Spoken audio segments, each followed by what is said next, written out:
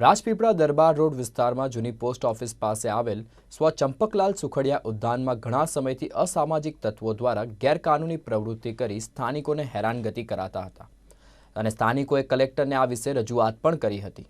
નર્મદા જિલ્લાના રાજપીપળા શહેરમાં દરબાર રોડ વિસ્તારમાં જૂની પોસ્ટ ઓફિસ પાસે નગરપાલિકા દ્વારા નગરજનોના નવરાશ સમયે એકલા અથવા ફેમિલી સાથે ખુલ્લામાં ફરી શકે તે હેતુથી રાજપીપળામાં જાણીતા સમાજસેવક સ્વ ચંપકલાલ સુખડિયાના નામથી બગીચો બનાવી આપવામાં આવ્યો છે, પરંતુ આ બગીચામાં દરબાર રોડ તેમજ બક્ષી ખડકીના લોકો જઈ શકતા નથી, કારણ કે બગીચાના સમય ઉપરાંત રાત્રિ દરમિયાન પણ બગીચામાં અસામાજિક તત્વો અડ્ડો જમાવી બેસે છે અને નશો કરી ગાળાગાળી કરી બૂમાબૂમો કરે છે।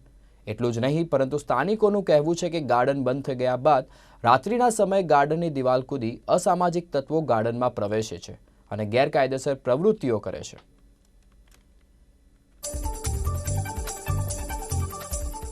અમારા વોર્ડ નંબર 4માં બક્ષી ખડકી પાસે એક ચંપકભાઈ સુખડિયા ગાર્ડન આવેલો છે અને ત્યાં આજુબાજુ ચારે બાજુ સારા સમાજના બધા રહીશો રહે છે અને આ ગાર્ડનમાં રાત પડતા જ અસામાજિક તત્વોનો અડ્ડો થઈ જાય છે।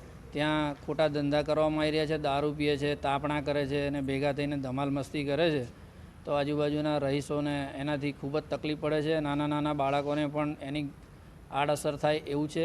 સામે અમારું જૈન દેરાસર આવેલું છે, જે ખૂબ જ ધાર્મિક સ્થળ છે, ત્યાં આવનારા જનારા બધા જ લોકોને પણ આ એક ન્યુસન્સ દેખાય છે। એટલા માટે અમે કલેક્ટર સાહેબને આજે આવેદન આપીએ છીએ।